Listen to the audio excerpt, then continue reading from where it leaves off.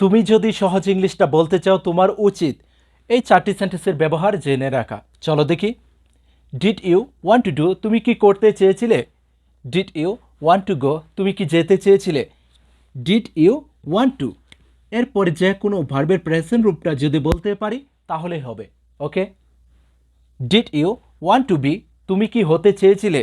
তারপর যেটা হতে চেয়েছিল সেটা শুধু এখানে বলবো তাহলেই হবে।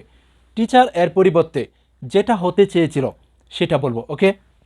Did you want to be a teacher, তুমি কি একজন শিক্ষক হতে চেয়েছিলে? Did you want to be honest, তুমি কি সৎ হতে চেয়েছিলে? এখানে যে কোনো একটি নাউন অথবা অ্যাডজেক্টিভ যদি বলতে পারি তাহলেই হবে। ওকে। ওয়ার ইউ ডুইং, তুমি কি করতেছিলে? ওয়ার ইউ গোয়িং, তুমি কি যাইতেছিলে? এখানে ওয়ার ইউ এর পরে এরকম যত ভার্বের প্রেজেন্ট রূপ রয়েছে তাদের সাথে আইএনজি যুক্ত করে যদি বলতে পারি তাহলেই হবে। ওয়ার ইউ ডুইং, তুমি কি করতেছিলে? ওয়ার ইউ রিডিং, তুমি কি পড়তেছিলে? খুব ইজি কিন্তু।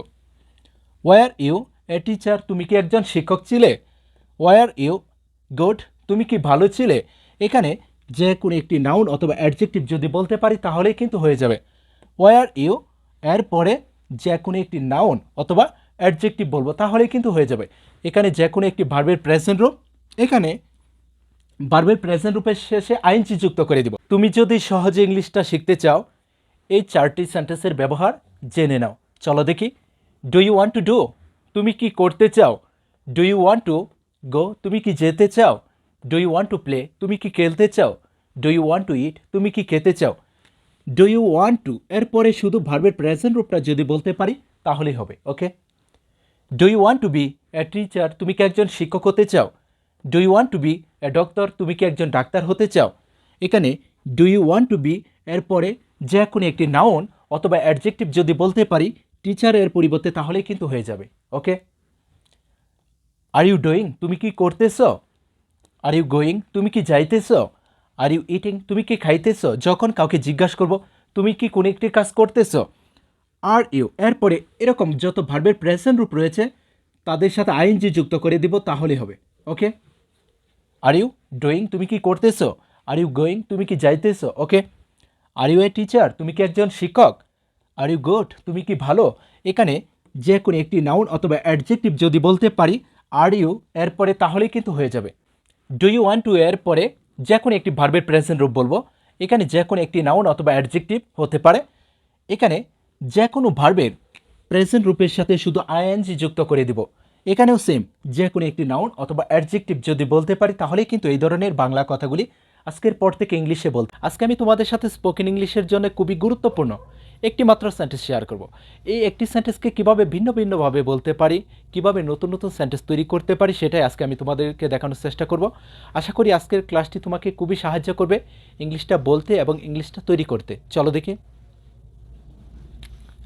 যখন বলি আমি কোনো একটি কাজ করতে সক্ষম, আমি কোনো একটি কাজ কি করতে সক্ষম, আমি পড়তে সক্ষম, আমি খেলতে সক্ষম, আমি যাইতে সক্ষম, সেই ক্ষেত্রে বলবো আই এম এবল টু। যেই কাজটা করতে সক্ষম তার প্রেজেন্ট রূপটা শুধু এখানে বলবো তাহলে হবে। আই এম এবল টু, আমি সক্ষম। ইউ আর এবল টু, তুমি সক্ষম।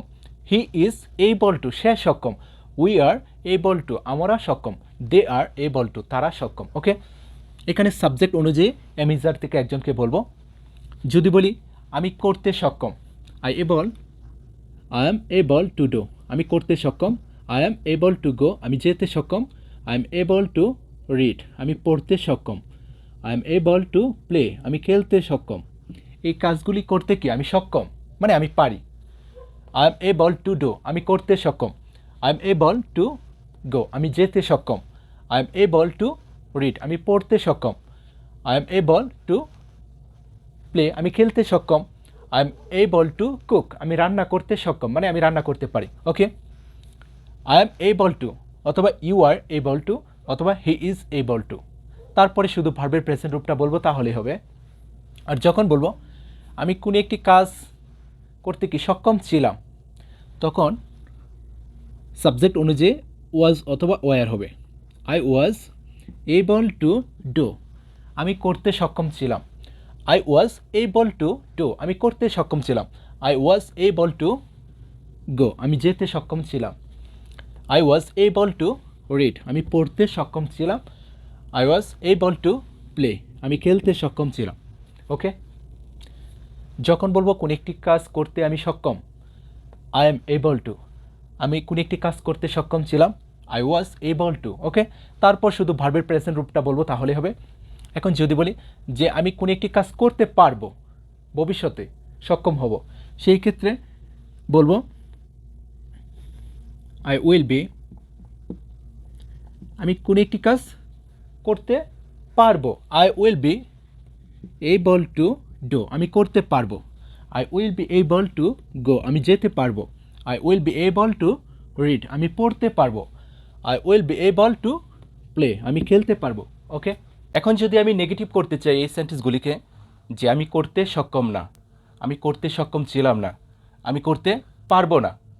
ওকে, সেই ক্ষেত্রে এম ওয়াজ উইল এর সাথে শুধু নট যুক্ত করব, তাহলে হবে I am not able to do, আমি করতে সক্ষম না। I am not able to go, আমি যেতে সক্ষম না। I am not able to read, আমি পড়তে সক্ষম না। I am not able to play, আমি খেলতে সক্ষম না। ওকে, যদি এটাকে নেগেটিভ করতে চাই বলবো I was not able to do, আমি করতে সক্ষম ছিলাম না। I was not able to go, আমি যেতে সক্ষম ছিলাম না। I was not able to read, আমি পড়তে সক্ষম ছিলাম না। I was not able to play, আমি খেলতে সক্ষম ছিলাম না। ওকে, যদি এটাকে নেগেটিভ করতে চাই উইলের সাথে নট যুক্ত করব, অথবা বলবো won't be. Okay, will not be অথবা ওন্ট বি, মানে আমি কোনো একটি কাজ করতে পারবো না ভবিষ্যতে, সেই ক্ষেত্রে বলবো I won't be able to do, আমি করতে পারবো না। I won't be able to go, আমি যেতে পারবো না। I won't be able to read, আমি পড়তে পারবো না।